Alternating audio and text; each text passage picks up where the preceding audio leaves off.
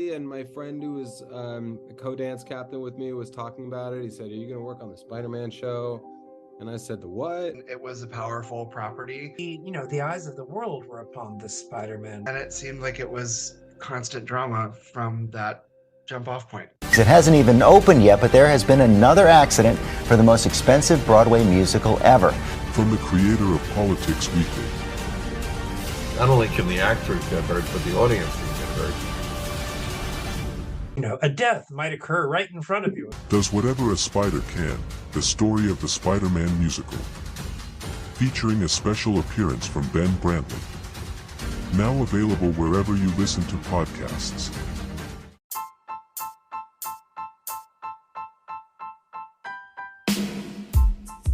Hey everyone, welcome to Politics Weekly. Politics Weekly is a weekly nonpartisan podcast featuring some of the biggest names in politics and portraying some of the biggest political stories of the week through both left and right-leaning lenses. Hosted by award-winning journalist Nolan Cleary, the former editor-in-chief of the Hudsonian newspaper, Politics Weekly has been listened to by over 15,000 people worldwide.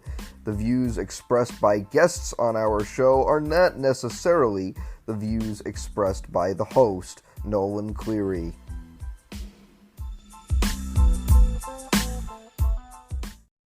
All right, everyone, welcome back to Politics Weekly. Today we have a very special guest with us, Drew Burnett. He is one of the hosts of the Life Taco podcast. Thank you for joining me today, Drew. Yeah, thank you. Thank you for having me on. So tell us a little bit about the Life Taco podcast for those who haven't listened. Okay, well, I'll just start at the beginning. I started during the pandemic era. Like a lot of podcasts started. I had 11 years of experience in ministry work, and I just met some interesting people along the way, and I thought, like, okay, it might be cool to start a podcast and while I'm bored out of my mind and, talk to some of these people. And, I had contacts with Senator Richard Ojeda and several other people. So I thought it'd just make an interesting podcast, and it's been going for about 2 years now. Senator Ojeda's been on it 4 times.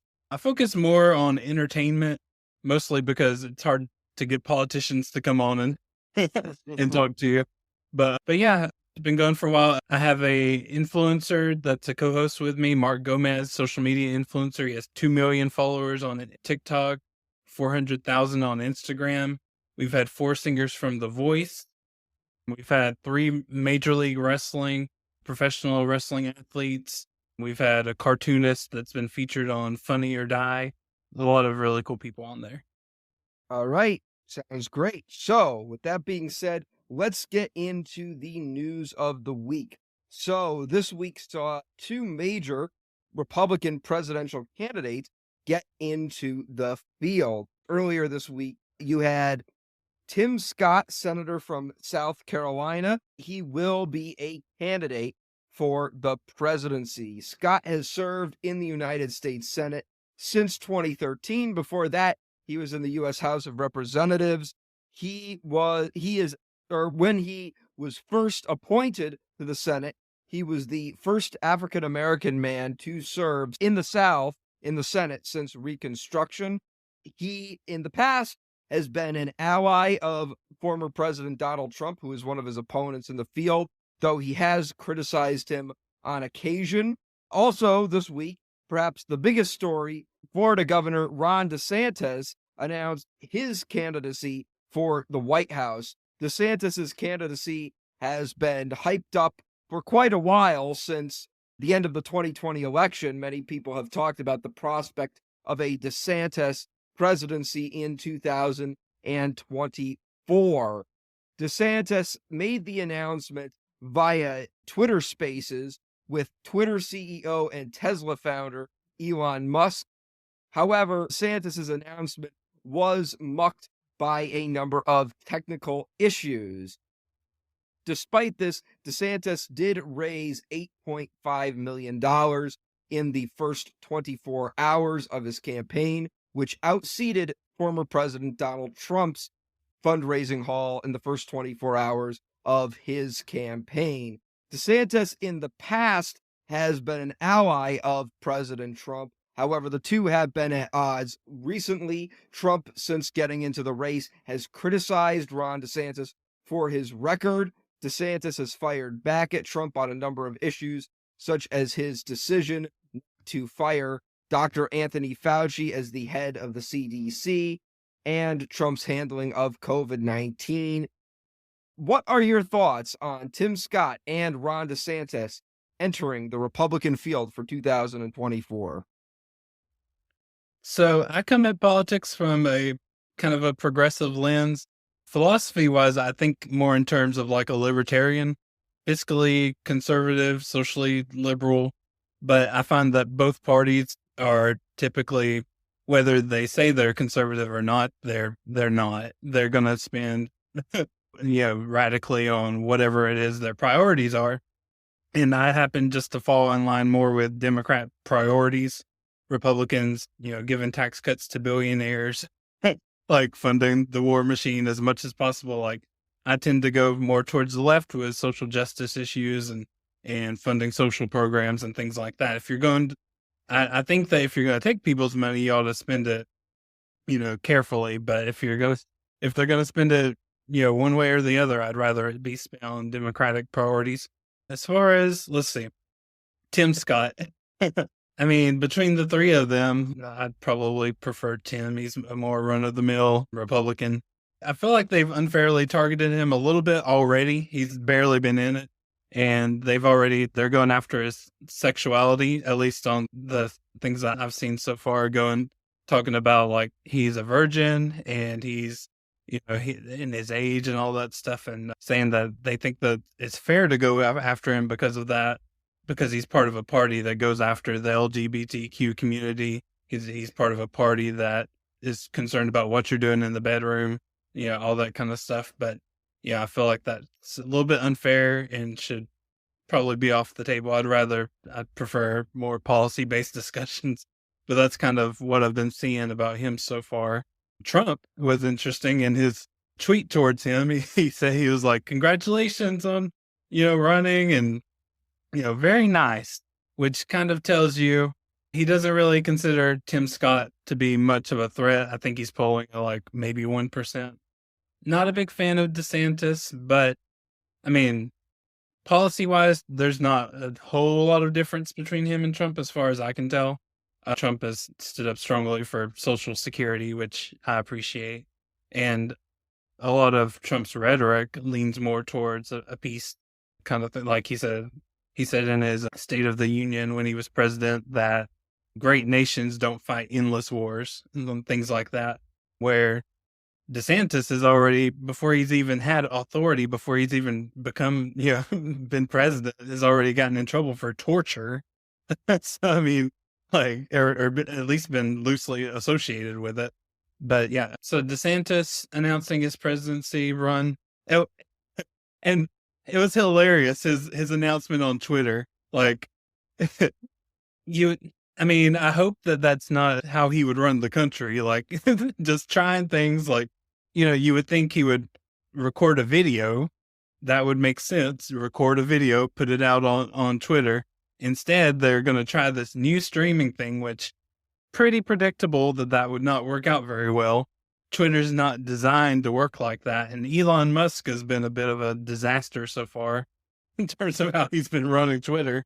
So not a great start, popping in and out of your own presidential announcement, having to limit the amount of people that can hear your presidential announcement. I did not know, though, that he outraised Trump in his first 24 hours. So that was interesting. That was a bit of news that I wasn't aware of. That is interesting. I really don't think that any of it means I think Trump has the nomination pretty much locked. I don't see either one of them gaining any. The mainstream media wants Ron DeSantis and the party wants Ron DeSantis, which kind of fuels Trump.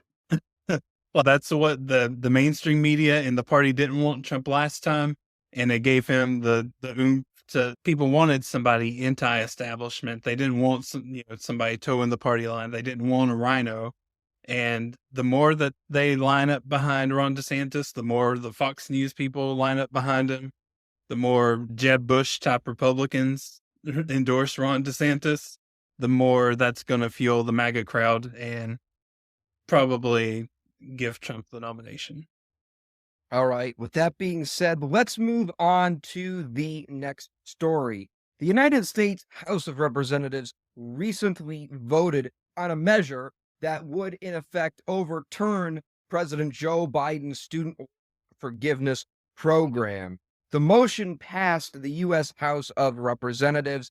Every single Republican voted for the amendment, but also 2 Democrats voted for the amendment as well. The 2 Democrats being Jared Golden, he is a Democrat from Maine, and Marie Perez, who is a freshman congresswoman from Washington. Both of them are in districts Trump won by comfortable margins in 2020. Despite the measure passing in the House, it looks to have a more challenging time in the Senate. Even if it does pass the Senate, President Joe Biden has said he would veto the amendment. What are your thoughts on this amendment to overturn the student loan forgiveness program passing through the United States House of Representatives? I think when you can spend on the military $773 billion for national defense, I think when you can pump into the Federal Reserve $5 trillion during COVID, I think when between 1946 to 2023 we've given Israel $260 billion. And just looking at foreign aid apart from Israel, Afghanistan yearly $3.97 billion, is Egypt $1.47 billion, Ethiopia $1.21 billion. I think when you look at the amounts that we're given to people that's not even in our country, and the amounts that we'll spend on other priorities outside of everyday normal working people, we give to them, we give to the government, and then they give it to everything but something that could help normal working class American people. And like the one time that something is, something pretty big is being done to help normal average people, that's when Republicans and Democrats can be bipartisan. That's when they can work together. Can't work together for hardly anything, but when they come together to screw the people.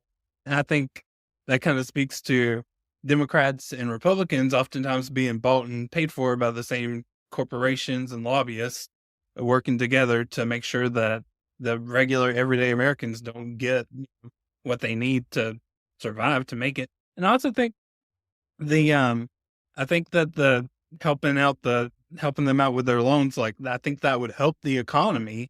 I think it would put money back in the pockets of people that need it, and they can use that and pump up the economy. It encourages more education. People saying oh, I don't have to go into debt hopelessly. The government will never help me out if I can't pay these loans.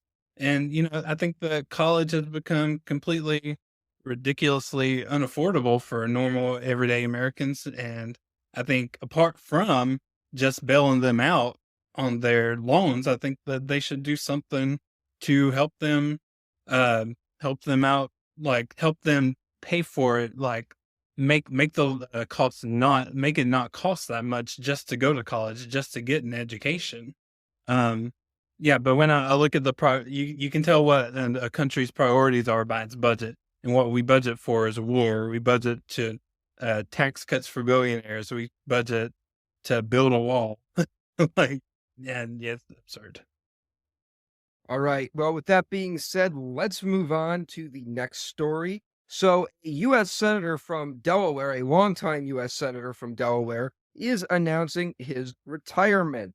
Senator Tom Carper has served in his seat since 2001. He has announced that he will not seek re-election in 2024. Carper previously served as the governor of the state and in the U.S. House of Representatives before serving multiple terms in the United States Senate. Carper is the 5th senator to announce he will not run for re-election in 2024. There are 4 other senators that have announced. 3 of them are Democrat, and 1 of them is Republican. You have Dianne Feinstein in California that has announced her retirement. You have Ben Cardin in Maryland has announced his retirement. Debbie Stabenow in Michigan has announced her retirement. They're all Democrats. And in the state of Indiana, Mike Braun, a Republican, has retired after just 1 term to run for governor of the state. What are your thoughts on Tom Carper announcing that he's not going to run for re-election? We should note that in the state of Delaware, it is unlikely, given that it is a blue state, that Republicans will flip that seat. What are your thoughts? I mean, he's as far as I can tell, a corporatist establishment Democrat. He went directly into the banking committee, House Banking Committee, I believe in 1982, and he was part of what caused the issues with the subprime mortgage crisis. Back in 87, they tried to put a federal interest rate cap on credit cards to get a better federal standard on credit cards, and he voted against that. Even though Democrats are the ones that brought it up, he helped get a $15 billion bailout for the savings and loan industry, more than the speaker even wanted to allow for the S&L industry. Like, he's not been a productive Democrat. He's been an establishment corporatist Democrat in the pockets of banks, and I don't really think it's consequential, though. I don't think the DNC, I think he's going to use his influence. I think the DNC is going to use their influence, and they're going to put somebody similar to him in that seat. Like, I don't think that anything really structurally is going to change from his retirement. All right. Well, with that being said, let's move on to the next story. So right now, there are ongoing discussions over trying to avoid a default for the United States. Right now, Democrats and Republicans are arguing over spending and whether to increase the debt ceiling. If they don't by a certain deadline, the United States will default on their debts. As of the current moment, it appears that Democrats and Republicans are at a stalemate. However, President Joe Biden has said that he is optimistic Republicans and Democrats will work out a deal soon. What are your thoughts on the ongoing talks over the debt ceiling? Well, I'm glad that Joe Biden is hopeful that they will. I'm not. I mean, all that they've done is block, policies. Like, what did Mitch McConnell say when Obama became president? That he would not he would work to make sure that he failed, like that they wouldn't get policies passed. I mean, so I've heard talk about the 14th Amendment being used, and I think that that's probably the route that he's going to have to go if he wants to. And, surely he does want to keep us from defaulting, because that would be a disaster for the American people. And how sickening that the Republicans want to use that as like a bargaining chip. Like, one of them said something to the effect of well, the cards are in our favor, so basically they think that they have him by the throat, and like he has to do whatever they tell him to do. And, I think at some point you have to stand up to him, but I think also Biden has a tendency to be more conservative than what they give him credit for. So I'm not entirely sure that he will use the 14th Amendment, because he may want to cave. He may want to give in to their priorities, because his are not strong, like extremely strongly left policy positions, his own personal policies. And so, yeah, I don't know. My decision, I would go with, trying to just force it to happen, the 14th Amendment, but Biden will do what he does as a corporatist establishment conservative Democrat. All right. Well, with that being said, let's move on to the next story. E. Jean Carroll, a journalist who recently was successful in suing Donald Trump in a Manhattan court over defamation charges. She alleged that he sexually assaulted her and defamed her, is now trying to extend her lawsuit over defamation arguing that Trump made defamation claim or defamed her during his CNN town hall with Caitlin Collins. During that town hall, Trump once again denied that he sexually assaulted E. Jean Carroll, but in addition to that, he also made fun of her and made multiple jokes about her. What are your thoughts on E. Jean Carroll adding this to her lawsuit? Well, I mean, I think it's logical that she won the first time, and then he turned around and did the same dang thing that got him in trouble in the first place. So, like, of course she did. And, Stormy Daniels is probably watching, and she's hearing, like, him defaming her and her getting paid all this money. Well, now Stormy's thinking, well, he's defamed me. Yeah, of course he did. And, it's crazy. The evangelicals are the one that put him into office in the first place. The reason that we're talking about him today, now, and, and he's involved in rape cases and like, not just this one, multiple rape cases. And like, it's frustrating on a lot of different levels, and, more power to her. Hope that she gets another 5 million out of him.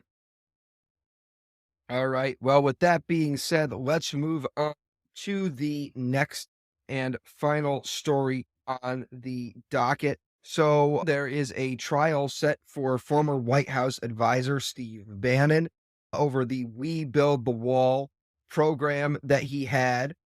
Bannon is being accused of using fraud, saying that he set up a donation link for people to donate and fund the border wall between the United States and Mexico. The allegation claims that he instead did not use that money and instead used fraud to use that for other purposes. He was convicted in court a few years back. However, then President Donald Trump pardoned him during his last days in the White House. However, since then, a court in New York has brought additional charges against Bannon in regards to the We Built the Wall allegations. Bannon's trial is set for May of next year. What are your thoughts on the We Built the Wall allegations? Well, I mean, if you look at the Trump administration's record, like you look at, Bannon's buddies, like the Stop the Steal, Trump was taking money for that from his supporters and misappropriating it. Just like he's misappropriated money for all of his scams to Trump University. So yeah, Bannon's one of that a lot. He's part of that crew, and it's not surprising that he would misuse money from his own supporters to do that. That's not surprising at all. And I believe that he did it. I mean, and I believe that he'll probably be found guilty. But also, Trump is running for president right now. If Trump becomes president, then really whatever happens is inconsequential. And I think he probably knows that. He's probably strongly rooting for Trump right now, and he should be. Like, all the criminals in Trump's administration should be rooting for him right now.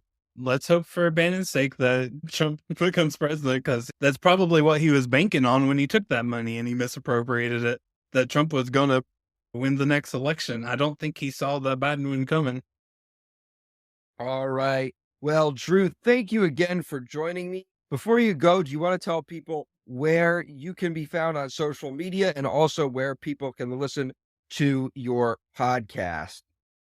Yeah, it's a YouTube podcast right now.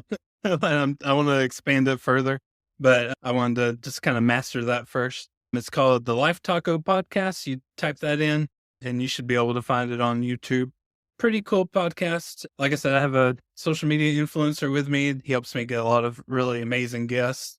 Coming up next week, the next guest is Preston C. Howell from NBC's The Voice. He's been on a few other times. I had Senator Ojeda on last week. Lots of really cool guests. And then they can find it also on Instagram, the Life Taco Podcast. Pretty simple, pretty easy to find. Instagram and YouTube are the main places. Yeah.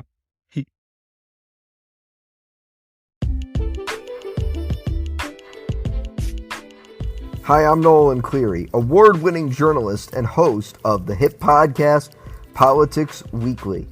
I'm here to tell you about my new website, NolanCleary.com. It's full of political analyses, a link to my podcast, and predictions for upcoming elections. If you want to know everything there is to know about upcoming elections, go to NolanCleary.com right now.